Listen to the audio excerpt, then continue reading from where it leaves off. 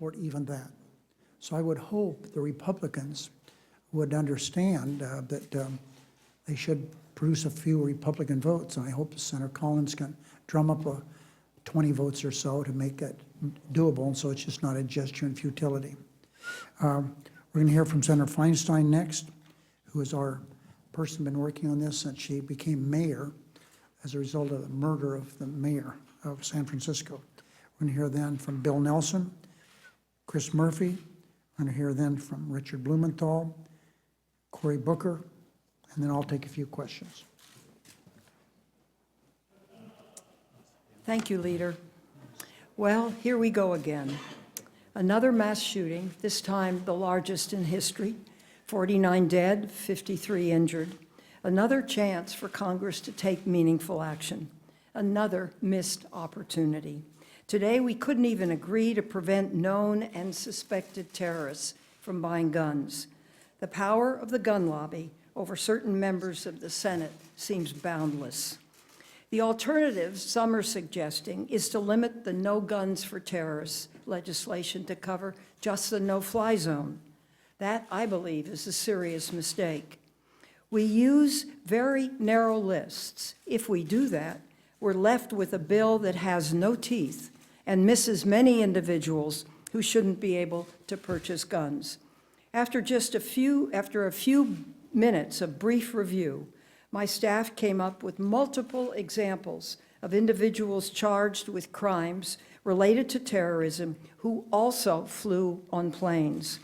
It's impossible to tell how many people with ties to terrorism wouldn't be covered by the Collins Amendment. If we focus only on the no-fly and selectee lists, we ignore nearly 900,000 foreign nationals on the terrorist watch list who can legally purchase guns. For example, 20 million on the visa waiver program alone can come from a European country with no visa into this country and be able to buy guns. Also, we ignore 2,300 U.S. persons determined by the FBI to be known or suspected terrorists. The legislation that was defeated today included Second Amendment protections and the ability to appeal a denied gun administratively and in a court of law. It protected the ability of law enforcement to investigate potential crimes of terrorism. And most importantly, it would keep deadly firearms out of the hands of known and suspected terrorists. I'm hopeful we'll be able to revisit this bill at some point in the future and cooler heads will prevail. I find it really inexcusable that any individual at all, a felon, a domestic abuser, someone mentally ill, can buy a weapon online or at a gun show with no scrutiny at all. The Murphy Amendment was such a good amendment. It sealed all those loopholes in background checks. So I'm hoping that one day the climate will change. My own view, a very personal view, is that we're going into an election season. And Mr. and Mrs. America, you have to stand up. And you have to say, I'm going to vote only for people who will do something to close the terror gap, to keep guns out of the hands of people who are mentally incompetent, who are criminals, and would use them illegally. Maybe, just maybe, this next election can produce something. Nelson. Nelson's not here. Murphy? Well, thank you, Diane, for your leadership. I'm mortified by today's vote, but I'm not surprised by it. We learned in the months after Sandy Hook that the NRA has a vice-like grip on this place, even when 90% of the American public wants change. New poll out today. 90% of Americans believe in expanded background checks. 87% of Americans think that terrorists shouldn't be able to buy guns. 87% of Americans, 90% of Republicans in that poll think that terrorists should not be able to buy guns. I don't think democracy allows for this Congress to be so out of step with the American public for very long. And so I'm mortified by today's vote. But my spine is strengthened by the fact that we had 40 Democrats on the floor demanding change. That over the course of this week, we've had millions of Americans join our crusade to end this epidemic of gun violence. And as Republicans scramble as we speak to try to find some way out of this mess, as they try to find some way to show that they understand that 90% of Americans don't want terrorists to get guns, we are closer than ever before to breaking the NRA's grip on this place. Let's be honest. Terrorists today are using assault weapons rather than IEDs or airplanes to attack Americans. After September 11th, we decided that we weren't going to allow terrorists to get a hold of airplanes in order to kill civilians. Well, today they've moved on to assault weapons. They specifically recruit lone wolf attackers to go to gun shows to buy assault weapons. And we should take the same tact. So we're not giving up. The American people aren't giving up. We'll watch how these negotiations play out over the next few days, but I will tell you this, they are simply evidence of the fact that Republicans know they are on the wrong side of the electorate. Democracy doesn't allow for this place to be this far out of step with 90% of Americans for very long. With that, let me introduce my partner in all of this work, representing Sandy Hook, and on the floor this week, Senator Blumenthal. Thank you. Well, first let me thank Senator Murphy for his leadership, and of course Senator Booker, part of the team that went to the floor, and all of our colleagues last week who joined us in a rare moment of history that brought us here today. For the Republicans to say that they have alternative proposals, there would be no debate, let alone any amendments or proposals, but for our forcing them to address this issue. My reaction to this vote today is exactly what I heard from the gallery 3 years ago when this body failed to adopt common sense, sensible measures. Shame on you. That's what was shouted from the gallery that day. Shame on you. That's what the American people are shouting at the Senate of the United States today. Diane expressed the hope that cooler heads may prevail. I think what we need is more courageous heads. And those heads will come when our Republican colleagues not only look at themselves in the mirror, but have to look at their constituents in the eye between now and November and afterward. The political dynamic of this nation has changed. It is a sea change. And the American people have turned a chapter because the terrorists have turned a chapter. This fight is no longer about the 30,000 individual people who are lost every year to gun violence. It is now about making America safe against our enemies like ISIS, who would inspire and support extremist violence here. We need to take the fight to ISIS, but also harden our defense at home. And that means common sense, sensible measures like keeping guns out of the hands of terrorists with really effective measures. I urge our Republican colleagues not just to talk tough, but to act tough. The Cornyn proposal was described as a wolf in sheep's clothing. I think it was really a sheep in wolf's clothing. It lacked the toughness and the wolf-like toughness that we need in such a measure. So the Republicans are now indeed scrambling.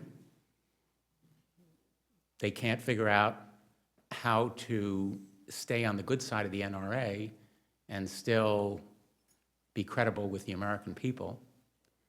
And I can say with absolute certainty that I am determined to seek common sense solutions that reflect common ground, but they need to be effective and stop the kind of terrorist extremism and everyday gun violence on our streets that takes 30,000 people every year. We are not giving up. We're not going away. We will not relent in this effort.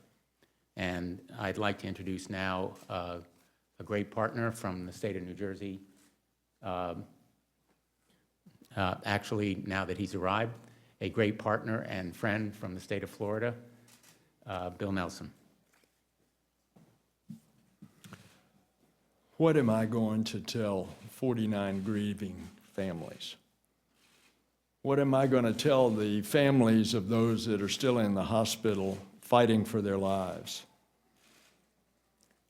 What am I going to tell the trauma surgeon whose blood-stained shoes have been shown in a picture on so many news programs, and who said he didn't know in the midst of the screams and the cries if they were black or white or gay or straight, as they brought in over 40 all at one time into that trauma operating room?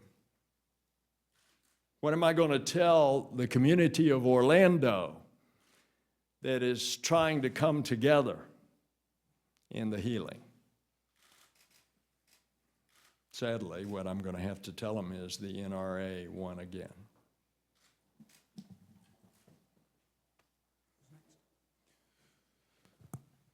So it's clear we're at war with terrorism. It's clear that there are people that are plotting against us every single day. It's clear that there are folks who are seeking to inspire and radicalize folks here and abroad to attack this country. And given what we've seen from San Bernardino to Orlando, a vote was just taken to make us safer, and you saw senator after senator leave us with these gaping vulnerabilities. We are in a country, we live in a nation right now where someone on a visa waiver, let's say people like those who carried out the attacks in Belgium, to visa waiver country, can get on a plane, and instead of doing their attack in Belgium, they can come to the United States, foreign nationals, walk into a gun show, buy a trunkload full of weapons, and carry out the same attacks we saw overseas right here in America. We live in a nation right now, thanks to the vote we just saw, where some folks who are under FBI investigation, who are on the terrorist watch list, who are on the no-fly list, can't get on a plane, but they can carry out unspeakable violence by going to a gun show, going on the internet, buying weapons, going into a school, a church, a mosque, a playground, and carry out unspeakable violence. We now still live in a nation, thanks to the vote that was just taken, that someone can be a criminal, could have made terroristic threats, could have stalked their ex-girlfriend, been arrested for that,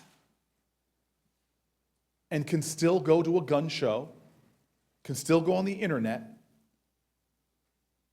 get a weapon, and kill them. Our job is to protect this nation, protect our citizenry.